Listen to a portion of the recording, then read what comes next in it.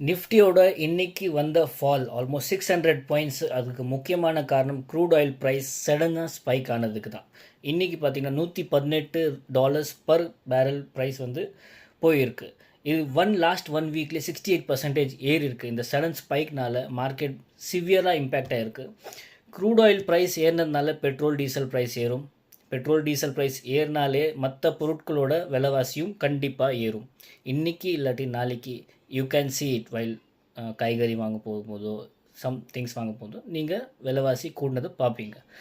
இதில் ஒரு விஷயம் பார்த்தீங்கன்னா, ப்ரீவியஸ்லி ரஷ்யா கிட்டேருந்து வாங்கும்போது க்ரூட் ஆயில் ப்ரைஸ் வந்து நம்ம இம்போர்ட் பண்ணும்போது 50% டிஸ்கவுண்ட்டில் ரஷ்யா கொடுத்துட்டு இருந்தது. அப்போது அந்த ப்ராஃபிட் வந்து இந்த இண்டஸ்ட்ரீஸ் வாங்கினாங்க. நம்மளுக்கு அது கேஸ்கேட் பண்ணல.